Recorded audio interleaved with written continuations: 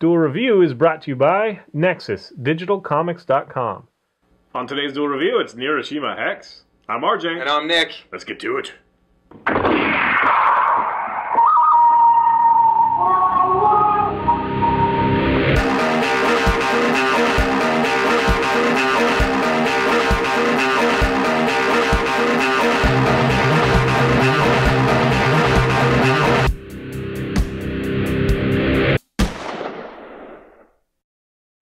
Hey guys, welcome to Tuesday the 6th of November. We are doing Neuroshima Hex for iOS. That's right. Well, we'll talk about the board game a little bit. Okay. You and I, we are creating games. Yes, we are. And Neuroshima Hex was one of those games that I encountered that reminded me of something that you were trying to create. And so I was kind of interested in it. It's kind of been floating around because the board game is like $50, so it's a good hefty thing. Yeah. Plus the expansion, which I think is another $25, $35. So it was kind of like, just hold off, because a lot of people are saying, well, it's really fun, but it's simple. You know, I don't know, whatever, you should try it first, blah, blah, blah.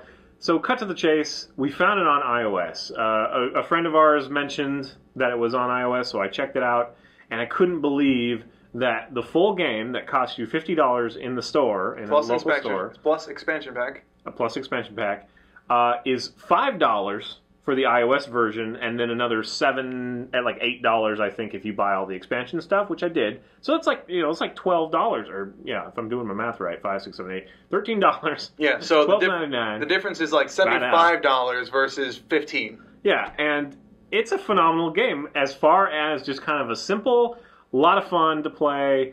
There's a whole bunch of different factions, and let me explain the game a little bit more. Okay. There is a hexagonal field, right? And I can't remember how many it is wide, but there are a whole bunch of little hex spaces. And yeah, you'll try to figure out why. And you have this dedicated field. So you're restricted to that field, and what you do is you have a headquarters piece, which each faction has a different additive. When you put a unit, one of your units, by the headquarters, it gains something, and it's different for each faction. One faction adds a second strike, one faction adds extra health, and so on and so forth. Some of the newer factions, you know, the expansion factions, you can like pay to take over anything that's next to you, or, you know, yada yada. The fun thing is, when you have each piece, your troopers or whatever, they will have attack icons on them, and they're just little triangles that go off edges of the hex. But a lot of the characters, I mean, most of them have different attack. Some of them are ranged, some of them are close, and you can tell by the size of the triangle. If it's a long triangle, they're ranged. If it's short, they only fight whoever's connected, you know, like touching them, sharing that edge. Right. But they're varied from trooper to trooper, and so you also have levels of attack, which I forget what they're called. Initiatives. Initiatives, yes. Initiatives. So there's initiatives, basically 4 to 0, but you can add, like, you can put other pieces that create a higher initiative, and what happens is everybody with the highest initiative goes first, and so they'll carry out their attacks, and if there's anything with a lower initiative that they hit, they might get rid of it first, and so it's really kind of this, this trumps this, and, you know, and you only have a certain number of tiles that you have in your faction, and then you only have a certain number of attack tiles, which you don't actually put on the board. It's just once everything's set up and you have an attack tile, you can use that to initiate attack, and so the field is going to, you know, do its thing. And that's actually where the brilliance of the iPad comes in, is because it takes care of all that for you, because Nick and I are both like, we could see losing track a lot, because it gets kind of complicated. It's like, okay, well, that guy's initiative 2, he would hit him, him, and him, but then he's initiative 2, so he would hit him, and then he'd be gone for initiative 3, and you just got to remember who's already gone, and, you know, you don't want to do, and then there's multiple hits and all that stuff. So the iPad takes care of that, and you can even skip it. You could watch it, and, you know, all this, and like watch it react, and like, oh crap, I forgot about that. Right. Or you can just skip it and go right to the next play. Another thing about the gameplay is everybody gets 3 tiles, and you have to get rid of 1 tile each time. So that adds a really interesting dynamic, because you'll have really 2 awesome characters and then a strike icon, and you're like, ooh, I really want to strike this icon, but I have 2 awesome characters.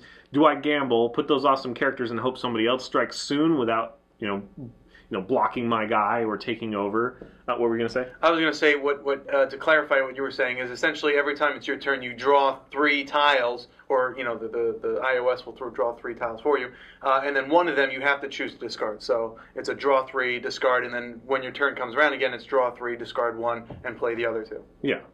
And I would love to show you, but it's not something. It's so small that you wouldn't be able to see it very well. So let's just suffice to say there are different types of troopers as well. There are some that are just tiles that you place that give added benefits to wherever the arrows are going. Sometimes it's every edge, sometimes it's just 3 edge, sometimes just 2 edge. And then there are different trooper types. And then there are also these guys that do nets and things like that. And whenever you place a net, it will be coming off one side of the hexagon, and whatever it's touching will be immobilized and not be able to carry out its thing. So those are very powerful cards, but most of them are very low initiative. So if somebody comes along and puts a trooper there and kills the net guy, then it's going to release its net before the next initiative, and yada yada yada. So the idea is the headquarters have 20 points, health points, and once the headquarter is beaten, or once all the tiles are spent, and the headquarters with the most points will win. Right. So that's how you play. It's relatively quick. I usually do it in about 15 minutes or so. The games are very short. And you can play 1 to 4 player. You can also play online with other people through the iOS app, which is pretty awesome. 4, I mean, it's just a fun dynamic. Just 2, it might take a little bit longer, and it's a little bit simpler. When you get 4, it's like, crap. And, when they gang up on you, it sucks. Yeah. It's like, crap. Yeah. And then especially if you run into one of those factions, like there's the red faction, and I forget what the headquarters ability is, but they have very few troopers, but they have very strong things. So if they're like last to draw, you can get screwed really easily because, you're like, oh, I'm going to get this guy and this guy. I'm going to get them all at the same time. And then he plunks down one that red, often have a lot of creatures that do every edge. So you just plunk it right down the middle and like kill everybody around them in high initiative. So anyway, it is a lot of fun. It's a little bit of a mind teaser, but it's simple to play. Easy to learn, hard to master kind of thing. I think they even, use that tagline, which is why I reference it. Yeah. Now, is it worth it for the board game? Not $50? Yeah, not having played, the physical board game enough to know whether, like, I don't know. The pieces are just cardboard, and it's a nice board, decent board, but it's just cardboard pieces. Again, with all the, the anger that could arise with, no, he already went. Like, what the hell are you doing? That's just it's so nice that it takes care of it. Yeah, I think that when you play the actual physical one, you have to be very melodic about how methodic. Melodic. Yeah, melodic. You have to be very methodic about how you do it. But yeah, there's so many other things that happen because you could easily forget, oh, this guy has been netted, so he can't move. And I guess that would be part of the game. Yeah. And part of the game is you have to remember that, and I think you're in control. But the digital version definitely does a lot better than we could possibly do physically, which is... I usually hesitate at recommending the digital version over because I want to support the makers of the board game, but of course this is pure profit. They don't have to make the board, they don't have to make the tokens, they don't have to distribute any of that stuff. Well, they have a little bit of distribution, but it's different. It's digital distribution, so don't feel too bad. And I also don't, I like having physical games, and it's fun when your buddy comes over or whatever, but you can play just by passing it out. You can also connect in between, play online, all that stuff, so it's really a great thing. And it's so cheap. I couldn't believe how cheap it was. I mean, just the core game, like try the core game, $5. You can't lose. It's even if you hated it, it's $5. It's great. It's something that you could buy on PlayStation. In fact, why doesn't PlayStation Network or Xbox Live Arcade do that? Well, maybe that's next. I don't know. I'm also a fan of the Magic Online. A lot of people are, the digital video game Magic. Right. A lot of people don't like that because it's not as robust a deck building engine, whatever capability. I don't really do that a whole lot, so I'm content with what they provide. And there is some depth there. And again, it takes care of some of the more obscure rules that you might not really remember every Right. time you play. I don't know. I'm just not that kind of guy. I don't play Magic all the time, so there's things I forget, and it's nice to have them take care of it.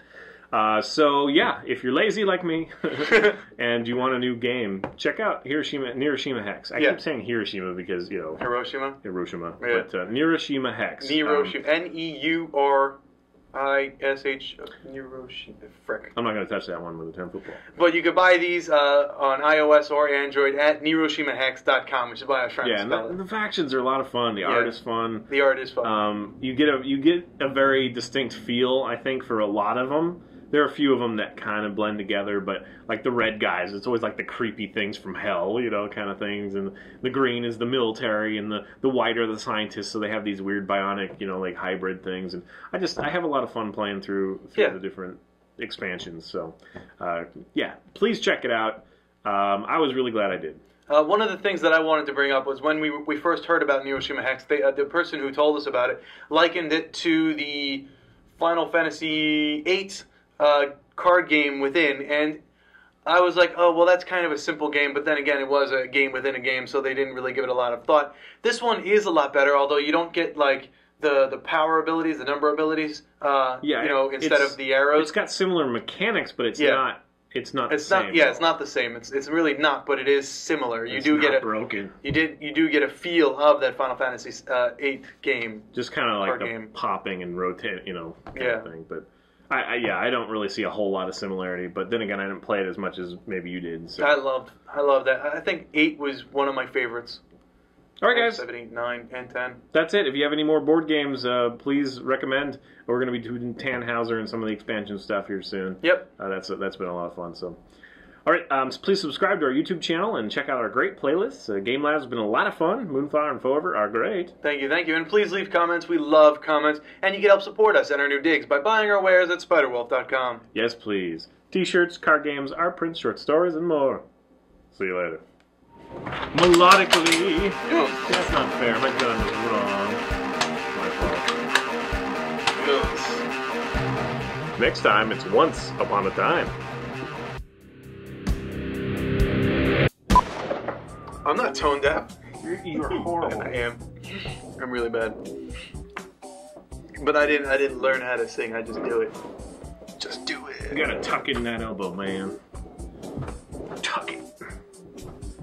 Tuck it like a cross-dresser. What? In the summer. Wearing spandex. Just tuck it in.